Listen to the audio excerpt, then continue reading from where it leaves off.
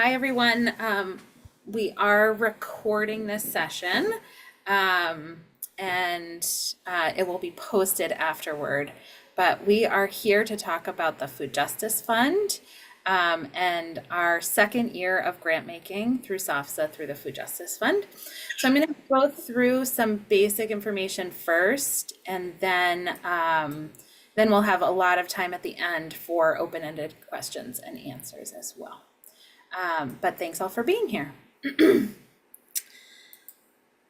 So for today, the agenda is that I will go over sort of our community grant making initiative.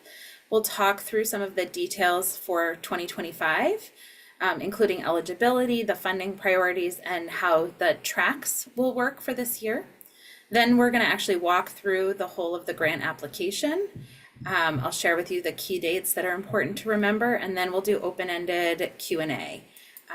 So that's our plan for this time together. It may or may not take the full 90 minutes, but we wanted to make sure that we had ample time for questions and to answer those for you all. And I just want to make sure that we are recording. Yes, we are. Okay. All right. So just an overview of this initiative.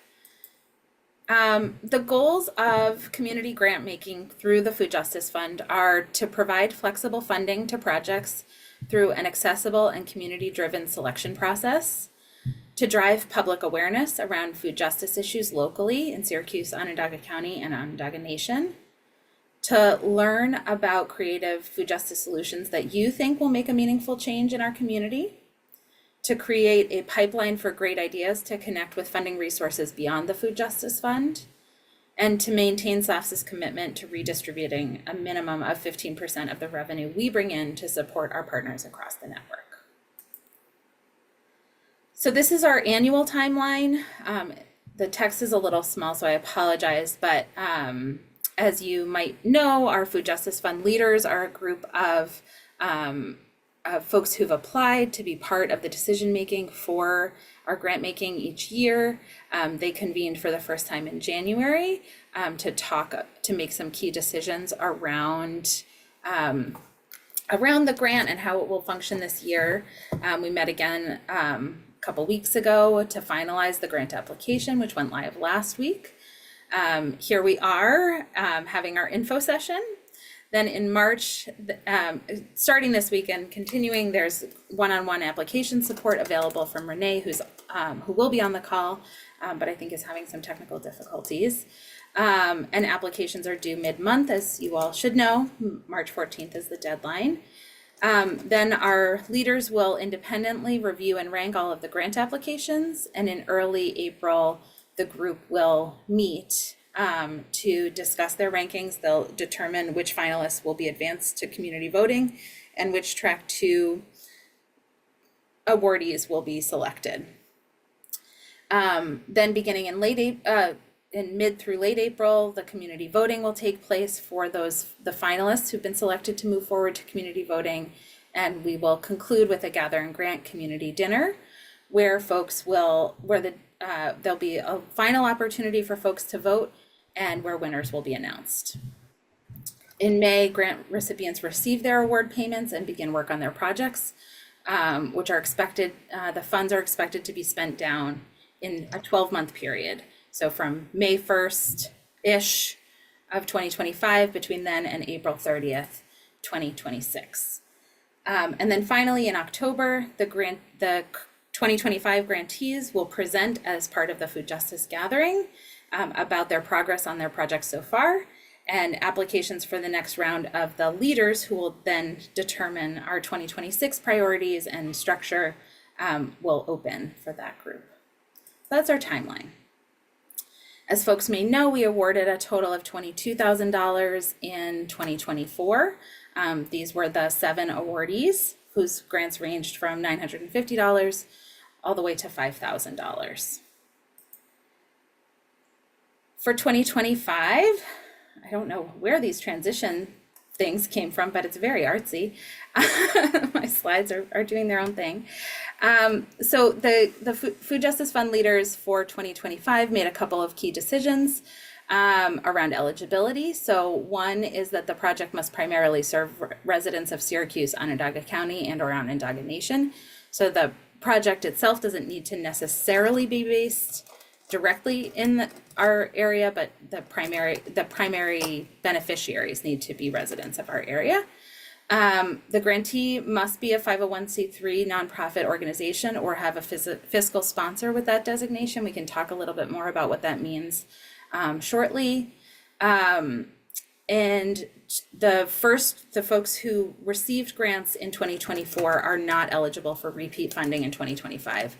There will be further decisions with next year's cohort about whether 2024 grantees might be eligible in 2026 or whether we want a little bit of a longer waiting period between funding folks again.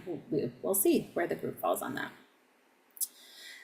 The Leadership Council also determined a set of funding priorities, but they don't want to be exclusively funding in these areas. These were just some of the things that we presented data around what folks shared at the Food Justice Gathering in their exit surveys, what came out of listening sessions over the years, all of those things.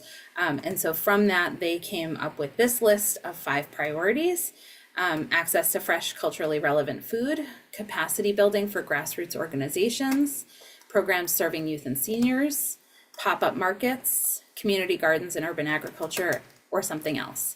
And any project can select up to 3 of these funding priorities that they think their application fits into. So you don't need to choose just one this year. And they are really open to ideas outside of the specific funding priorities. So definitely if your project that you think will be high impact falls outside of these funding priorities, please don't let that be discouraging to you. They're excited to see all of the different ideas. And what do we have for funding? So in total, last year's Food Justice Fund leaders reserved $4,000 to move forward into this year's or future year's funding pot. We have $28,000 that we raised from the New York Health Foundation to support this, and then $5,250 came from individual donations and support from the Onondaga Ag Council through our Plant a Seed with SOFSA campaign. So in total, the Food Justice Fund pot is at just over $37,000.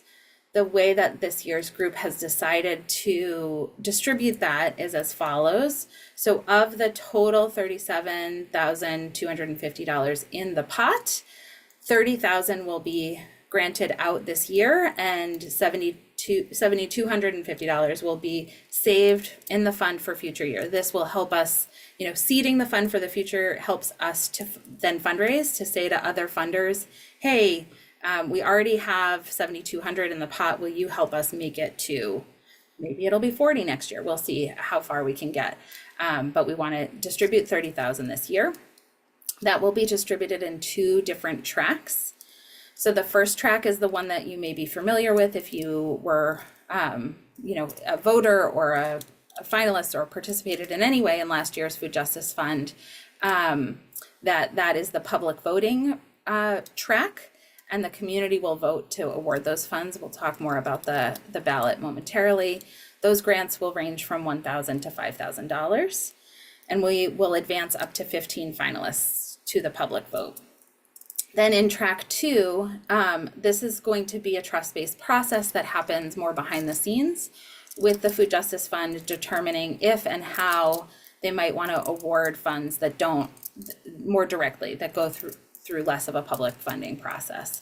The awards will be the same amount, and it will be the Food Justice Fund leaders who determine if there are any direct awards, but they could make up to 5 direct awards in that track 2 route. So then just to walk through the grant application, and I said this before, but just so folks are aware, we're doing this info session really to help record all of this information, all of the questions. We'll put them all in writing and recorded and publicize those. But there is also one-on-one grant assistance available, grant writing assistance, that it will be led by Renee Marcoux, who's not part of the Food Justice Fund leader Leadership Council or the advisors. So Micah and I are supporting the Leadership Council alongside with Tira Alicia, who is an alum from last year's leaders. But Renee is sort of separate from the process, and she's on duty to help with anyone who needs one-on-one application support. So after today's info session, if you have further questions, we're going to direct you to Renee for that one-on-one application support. So accessing the application, there are 3 different pieces that I want to make sure you're aware of. One is the grant application itself. And Micah, maybe you could throw these 3 links in the chat for me as I continue to talk. There's an instructions and frequently asked questions blog post that you can also read through that has some more detail on different things. Also, the questions and answers that we talk about today will be posted there, as will this recording. And then there's a sample ballot for you to check out. So for those track 1 finalists, you'll wind up in a sample ballot that goes to the public for a vote. And so that the example from last year is available for you at that link as well. Micah's gonna put those 3 links in the chat. So just wanted to walk through the application question by question for everyone so that you all can see sort of how the questions flow. Anything that's super straightforward, I didn't include in this step-by-step, but for now, we'll just walk through things. So first, your project title, it needs to be descriptive, but should not include the organization's name or any identifying information about your particular entity who's applying. The project title is really about what the impact is, what your, just an inspiring title that's going to be bolded if you're a finalist in the project ballot. So the project title is a really important public facing piece of your application. The location, you're going to put an address where most of the project activities will take place. That map will also show up on the public ballot. So you'll start typing an address and then it will sort of populate and you'll need to select. So if you have a big coverage area and you're not delivering services in one particular site consistently, you might choose the center point of that coverage area, or you might choose a specific location. So looking at you, Galen, if you were thinking about a project that was taking place primarily at Interfaith Community Co-op, you would select that address. But if you were talking about a citywide initiative with multiple partners involved, you might choose a center point that better articulated where the predominance of the services would occur. So either of those are fine, but the idea is that we want to create a map that demonstrates sort of where the different projects are primarily taking place. So you're using a point address to represent the area of service. Nonprofit status. So there are 3 options for this. So you might be like SOFSA and be in the process of getting your own IRS status.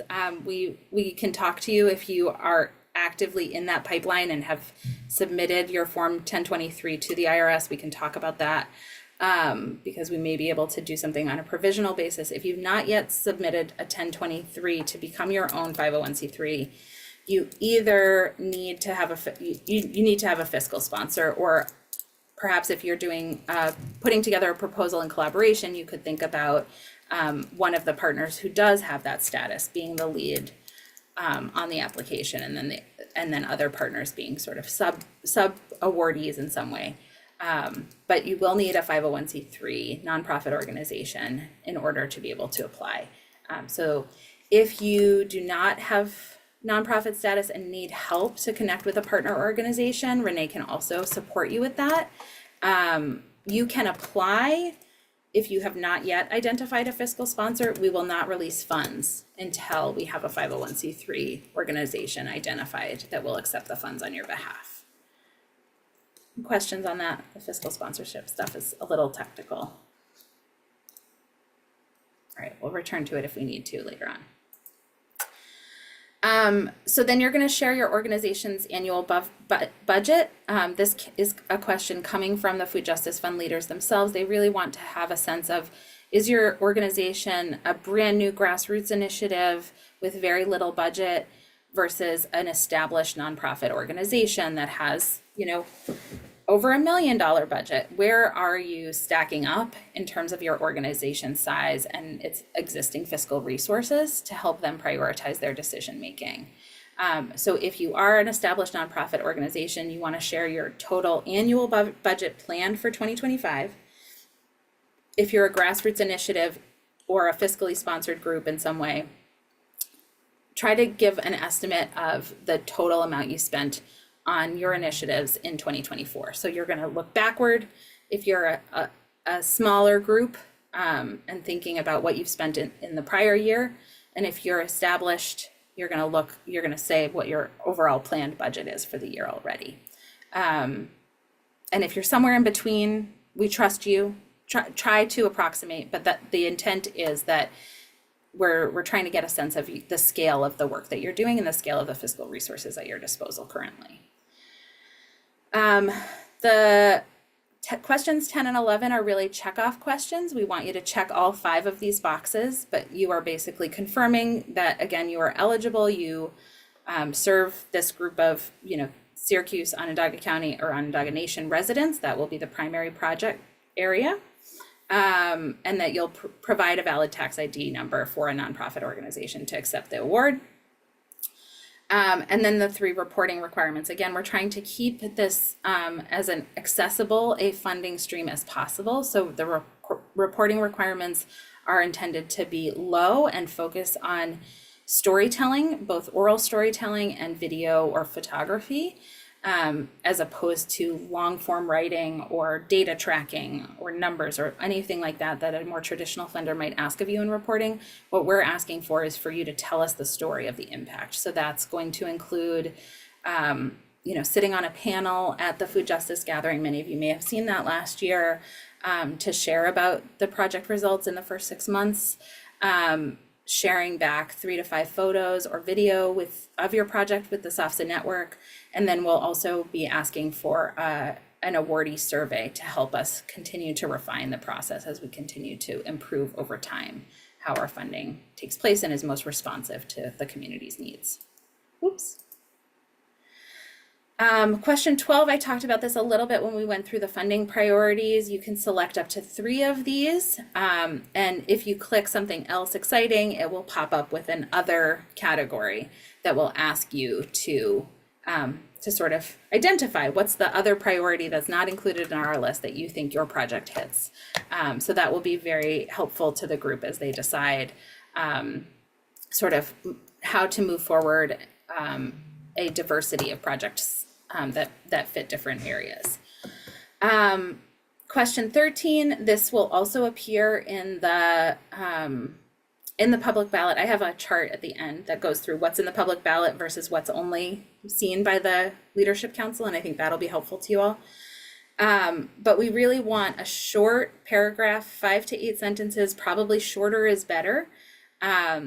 Really identifying your project's goals, the timeline. This is intended to be a public-facing description of what it is that you'll do. We may shorten these if needed for the public ballot, but this will be the basis of what is included in the public ballot. So making sure that you're doing really good case making to folks who might not know a whole lot about community gardens or might not know what kind of capacity building a grassroots organization might need in terms of training on movement building or fundraising support or whatever else that capacity building might look like. So doing some, sort of a both and, making the case and sharing and building public awareness as you're crafting this project overview.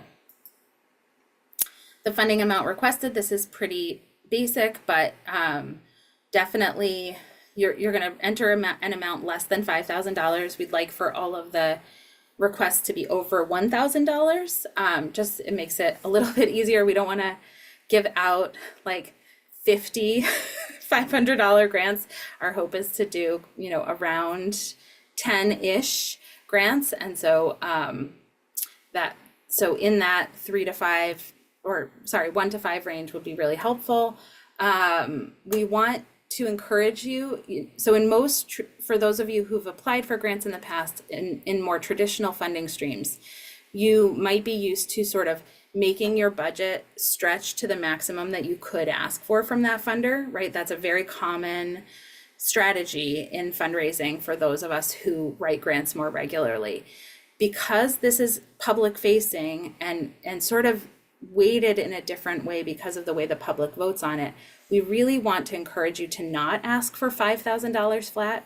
We want you to ask for the money you need to make this project work, but really be demonstrating a good value for the money. We definitely saw last year that that projects that were asking for less than $5,000, were a little bit easier for folks to fit into their budgeting when they were doing the public voting. And so making sure that you're asking for the right size amount for the project that you're proposing versus making your budget come together to equal $5,000 flat.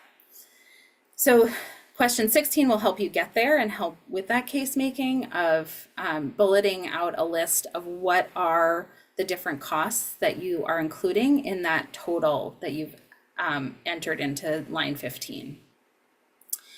And then question 17 is your project willing to accept partial funding? Again, that would be with a minimum of $1,000. So the intent of this question is, let's see, how can I say this in the most clear way? So when we get to knapsack voting, which is in that public ballot, you'll notice that there's frequently no way to build a full budget that uses 100% of the funds. So rather than saying, okay, all of those funds automatically go towards next year, we can allocate a smaller amount of funds of that remainder into certain projects. So if folks are willing to accept a partial funding, then we can do that. If your project is like, I'm buying a tractor and it's $3,700 or nothing, right? If I don't get the full $3,700, I can't buy the tractor. So please don't fund me in a partial way. My project doesn't have value unless it meets my whole budget. That's when you would say no. If you could do something with a smaller amount of money that's still in line with what you've proposed in your project, please select yes. And there is an other spot. So if there's something else or the circumstances are a little fuzzier, feel free to reach out to Renee or to just select other and describe a little bit more about what's happening with your funding. You will be asked to upload a photo. So this could be, if you need to use a stock photo, you can, but we would really love photos that represent the work that you've done already, the folks who are behind your project. Having people in those photos really matters. But this is the photo that will go alongside your entry in the public ballot if you're a finalist, if you're a track 1 finalist, and will be used in other contexts to promote your project as well. So a great photo is important. This is a repeat, sorry. Let's see. And then finally, question 19, this is a question really intended to help the Food Justice Fund leaders understand if folks are facing imminent threats to their programs based on what's happening on the federal scale. This will all be confidential. SOFSA may anonymize your stories and bring them to elected officials down the road, but this will be held in the strictest confidence by the leadership team. This is intended as a way to help us get funds more readily to folks who are being impacted by some of these downstream impacts.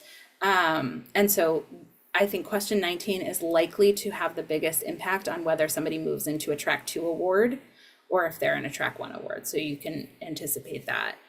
So definitely if you have impacts that you've already experienced or you have impacts that you expect to experience, please check one of those 2 boxes.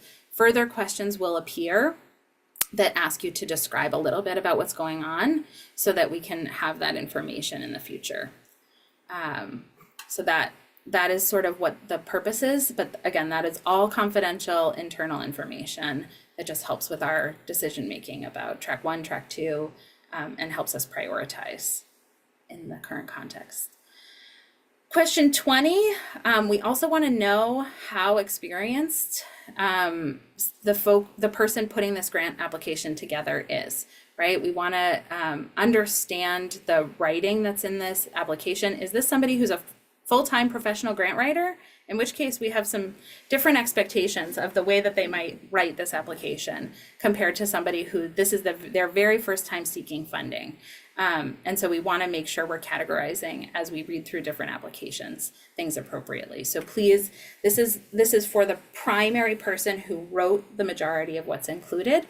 We anticipate that a lot of you will be co-writing, right? There's a lot of collaboration and partnership that it takes to do food justice work well. So just identify who the primary writer is. And that's the person who you're responding to this question around.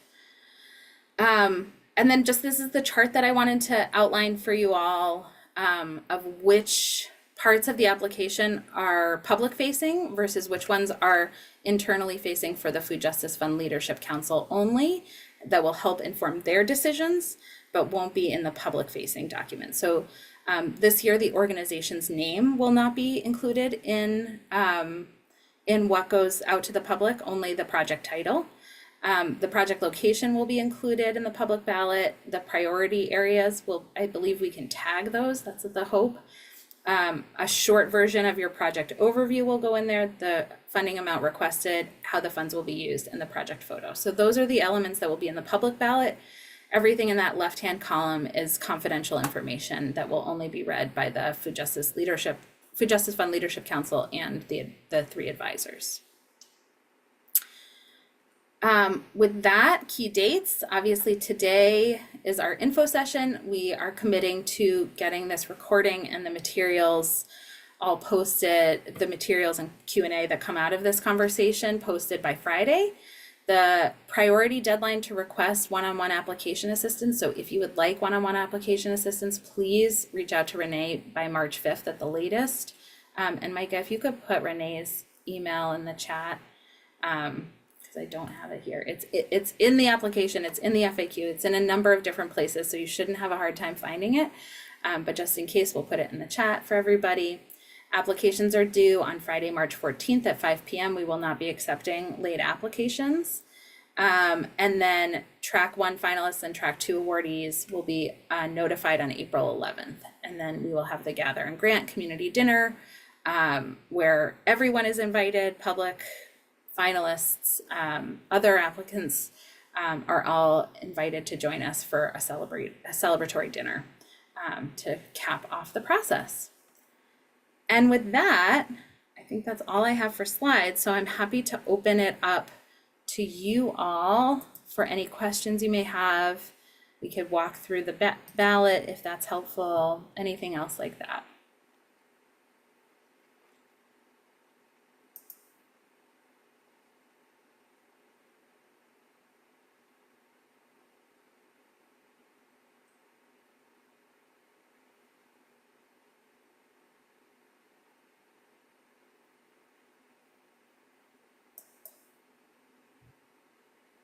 So there's a question in the chat. It says, we have a for-profit nutrition counseling firm where we have had to deny care over 300 individuals who were referred for critical medical nutrition therapy from their doctors.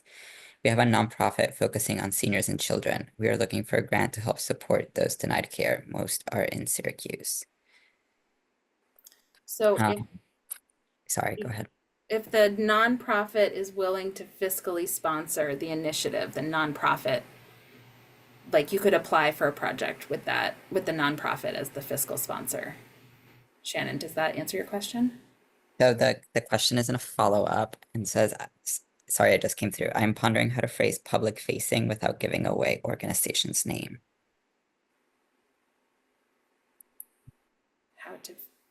You mean how to phrase the project title? No, I understand how to phrase the project title, but my understanding is that in what goes to the public, the nonprofit's name is not listed, right? Right. So do we mention the for-profit where the individuals were denied care that we're hoping to cover their medical nutrition therapy? So you can name, what I would do, Shannon, in this case is probably put the for-profit in the organization's name that's applying, put the nonprofit in the fiscal sponsor. And those pieces of the application just won't go in the public facing ballot. So what you put in the application is fine. You don't need to hide anything from us on the application. Right, but I mean, I think the organization or the public would better understand this critical need if we mention the number of people denied care that we would be supplying care for. Mhm. We would be covering the cost of their care. Yeah, I might say something like, we offer nutrition counseling to, and then talk about the population that you generally serve, and Mhm. say like 300 individuals were recently denied critical medical nutrition therapy.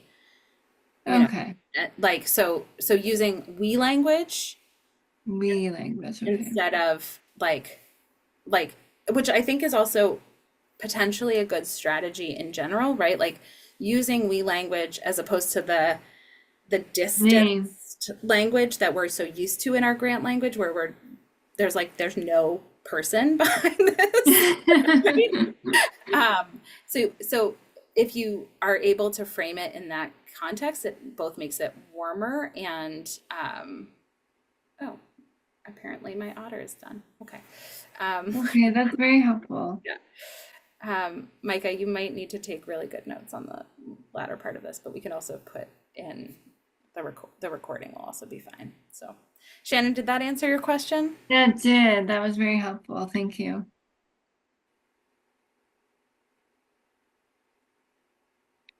Thank you. Of course.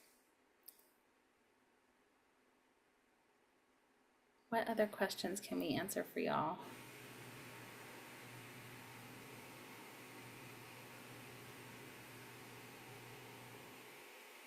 Would it be helpful to see the how the public voting will look? Is that something that would be helpful? Sure. Okay. If it shows up.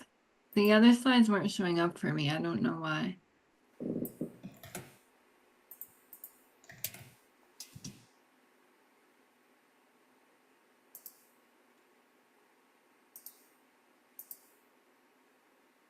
Can you see my share now, Shannon?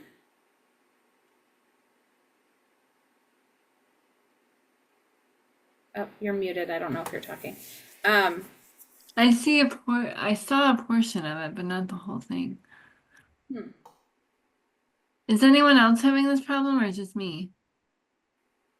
Galen, can you see? Moade, Gabby? I can see Maura's screen that is white, Yeah, and same. I see the icon, but I cannot make out the words.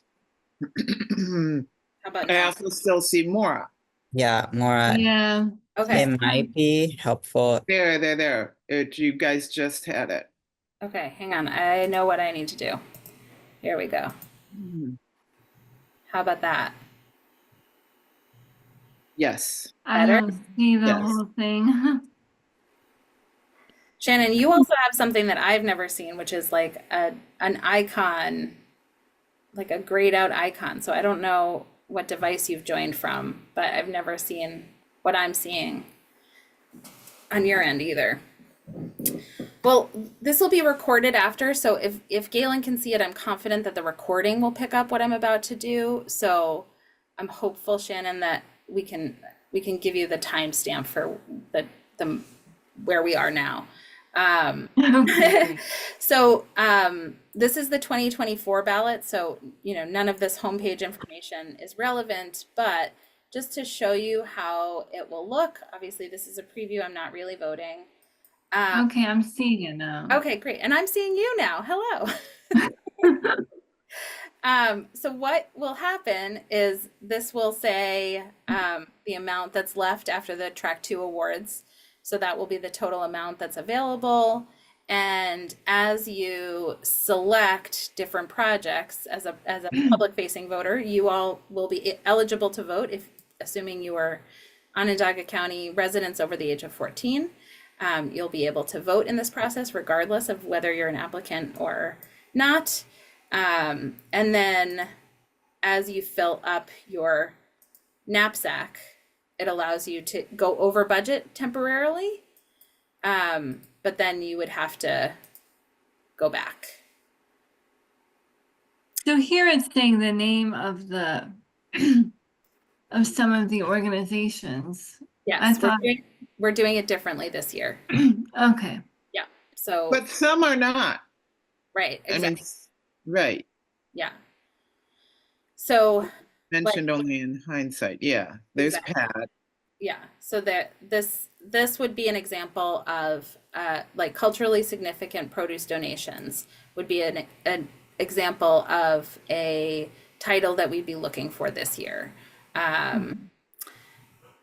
Advancing our farm, we would maybe want to have a descriptor instead of the name of the farm in this place, right?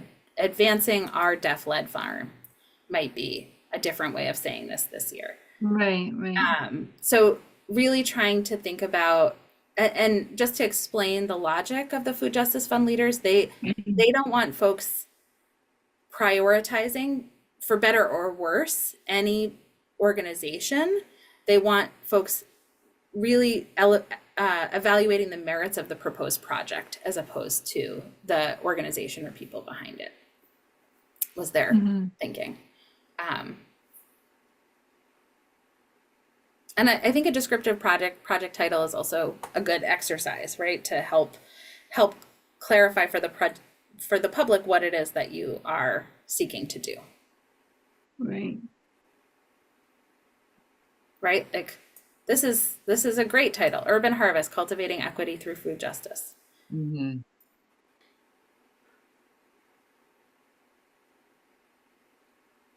So you can see that there are these little remainders. Yeah. That's it. So you can't come to a funding decision that actually gets you all the way there. So at the end, we would then allocate partial funding to any of the organizations that are willing to accept partial funding. So, let's say 5 projects are fully funded, and then what happened last year was, or I think 4 projects were fully funded, and then the 5th and the 6th were tied, and neither of them could be fully funded, so they split what was remaining. Okay. And if the remainder is less than $1,000, that would be pushed forward into next year's funding pot.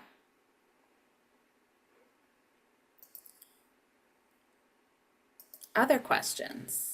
So I have a question actually about the remainders. So if the remainder is under 1,000, it gets pushed to next year. But what if the remainder is like 1,050 and there's 2 ties again?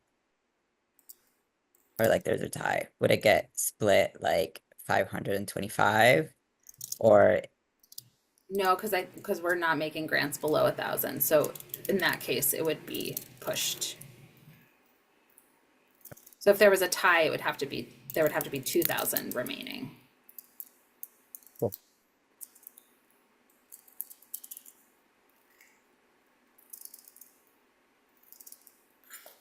Michael, were there any other questions that came in over email? no? There weren't any in the form. I have a question, Maura. So my group, I should say, won a listening grant with Avalon. I guess it's been at least a year at this point. Well, It was August, yeah. Does that prevent me from applying for this grant? No. Okay. Good. Good question. Actually, there actually was a question over email, which was how long do folks have from the time where the granting is dispersed to spend all the money? Yeah. And that's 12 months. So with the timing beginning in May with the distribution of the check.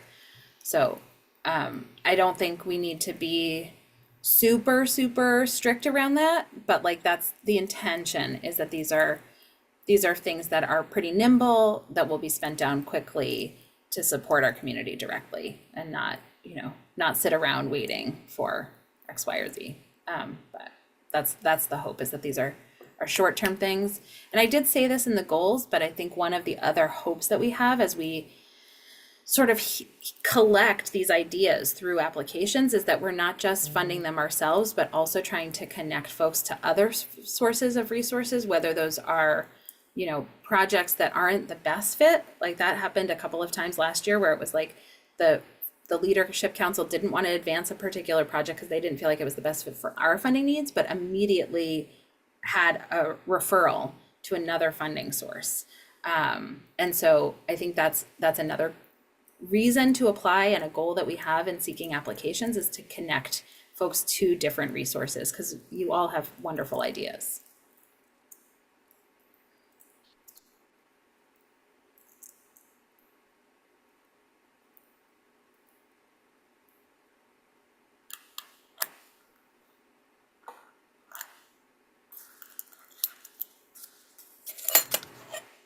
So if somebody applies, and they have to like spend their funding within a year, but their project isn't set to start until the fall, would they still be considered, or?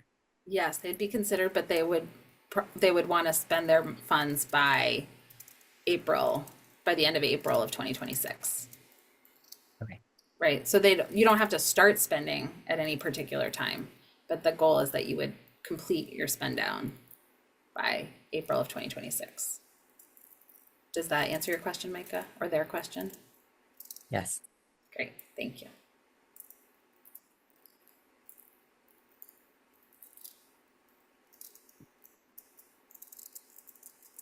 I think the one thing, Micah, just to, if somebody's not planning to start any project before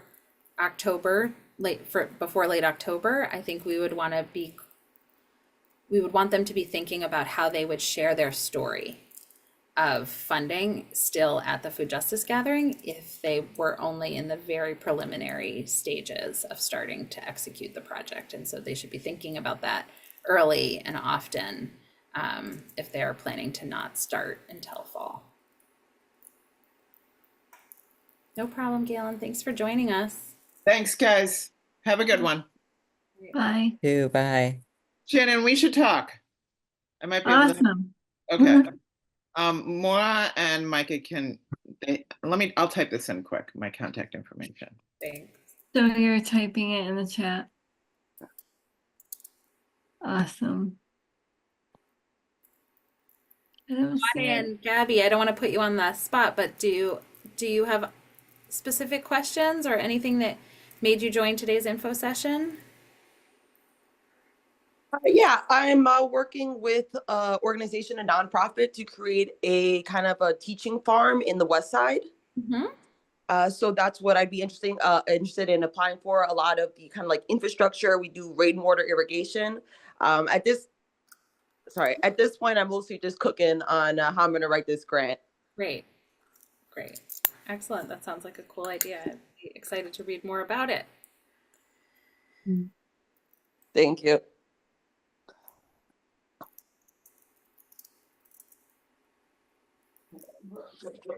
And I guess just since I have folks, I'll just say a little bit more about what we mean by grassroots capacity building, or capacity building for grassroots organizations is really about anything that you all feel might be needed for a new project, Gabby, like you're saying, or other organizing efforts that are underway that may not be in the category of like super sexy or like we're gonna have great photos, right? But like actually we really need to sit down and all have a training on how to understand nonprofit budgets, right? Like that's actually the need we need in order to make the big impact that we're thinking of. This is also intended to be really flexible funding that can support that kind of thing. And so if you have something that might be not super sexy to the public, but really important to conveying your impact, please submit that too. Like that is a fine thing to submit, and it is more likely to be to go through that track 2 range as well. If the food justice fund leaders are like, oh my gosh, we really see the value of this, we don't know that the public will, when it's put up, when like budget training is put up alongside food box deliveries, we think the public is going to always choose food box deliveries, but we really see. So are you saying track 2 does not get shown to the public, but track 1 does? Track 2 is direct awards from the food justice fund leaders. Okay. So but applicants don't make that call. It's the food justice fund leaders that will make that call. Okay. So, if as folks are ranking their applications, they see one that they're like, this one really is a critical need for our community, but we don't know that the public at large, who may not understand all of the dynamics at work, not that any of us understand all of the dynamics at work, right? But this group will have a longer time to discuss each application. They might see merits that they worry that the general public might not identify in a particular project. So put forward the sexy ideas, put forward the unsexy ideas. We want to hear them all to understand what folks feel like they need in order So to. can you submit more than one, or is that discouraged? Just one Okay. per entity. You could be a partner on multiple, but you can only be the lead on one. Okay. Okay. All right.